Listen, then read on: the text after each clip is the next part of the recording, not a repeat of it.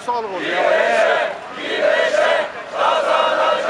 Ezilenler ve güvencesizler herkes bizimle birlikte ama işin resmi kısmını biz bu 5 emek örgütü olarak üstleneceğiz.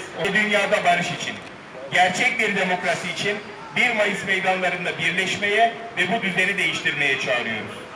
Bu düzene itirazımız var. Çünkü biz çalışıyoruz, biz üretiyoruz. Ancak emeğimizin karşılığını alamıyoruz. Ücretlerimiz enflasyon karşısında her geçen gün eriyor. Alım gücümüz hızla düşüyor. Daha uzun saatler boyunca daha düşük ücretlerle ve daha güvencesiz koşullarda çalışmaya zorlanıyoruz. Biz yoksullaşırken bankalar, şirketler ve holdingler kar rekorları kırmaya devam ediyor. Bu düzende vergide adalet yok. İşçiler patronlarından fazla vergi veriyor.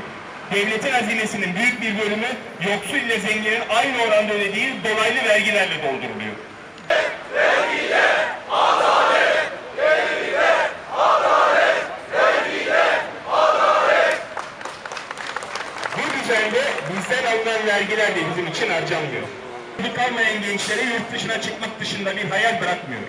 Bu düzende yaşamın her alanında eşitsizlikle ve şiddetle karşı karşıya kalan kadınlar güvencesiz bırakılıyor. Bu düzende emeklilere saygı yok, insanca yaşam hakkı yok. Bu düzende doğa talan ediliyor, kentler rant uğruna yok ediliyor, deprem bölgelerindeki zeytinliklerimiz, meralarımız dahi sermayeye peşkeş çekiliyor. İnsanca yaşamak istiyoruz! İnsanca yaşamak istiyoruz! Ürettiğimiz ve bizden çalınan değerler, rantçılara, faizcilere, sermayeye ve savaş harcamalarına gidiyor. Eğitimden sağlığa, barınmadan ulaşıma en temel haklarımız piyasalaştırılıyor. Okullarda çocuklarımıza bir öğlen yemeği bile çok görülüyor. Ürettiğimiz değerlerin bölüşümünde artan adaletsizliğe karşı halkın talepleri ise siyasallaşmış yargıyla bastırılıyor. Siyasetçiler, gazeteciler, gençler, kadınlar, itiraz eden kim varsa hapishanelere dolduruluyor. Yargı talimatla dağıtılıyor, adalet yerini keyfiliğe bırakıyor.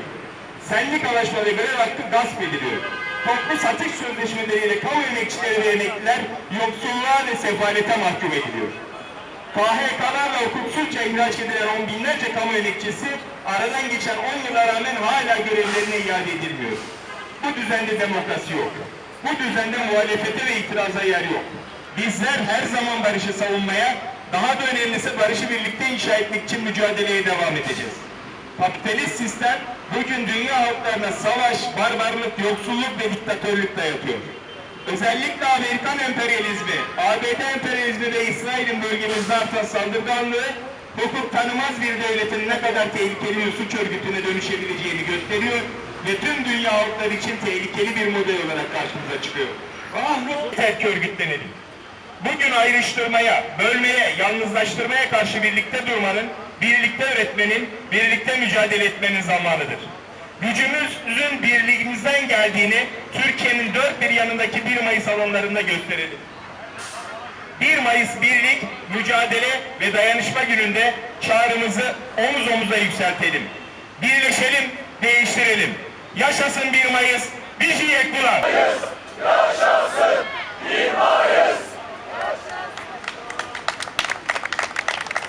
Sevgili arkadaşlar, bir başlığımız daha var biliyorsunuz.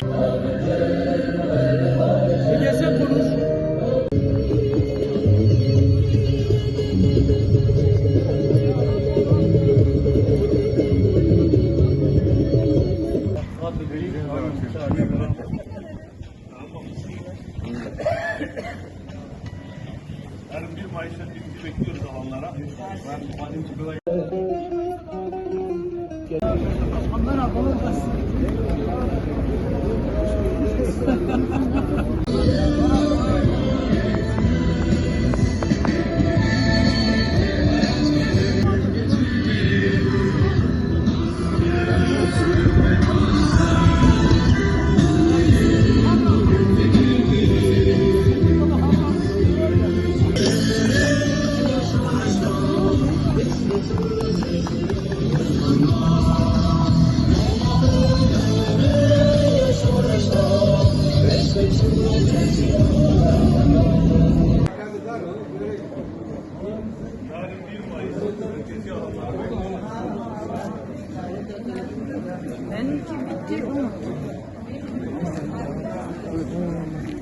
Yapmış.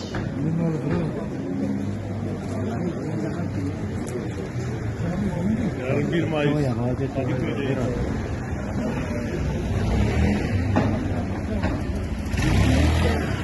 Başınız sağ olsun. Sağ olun.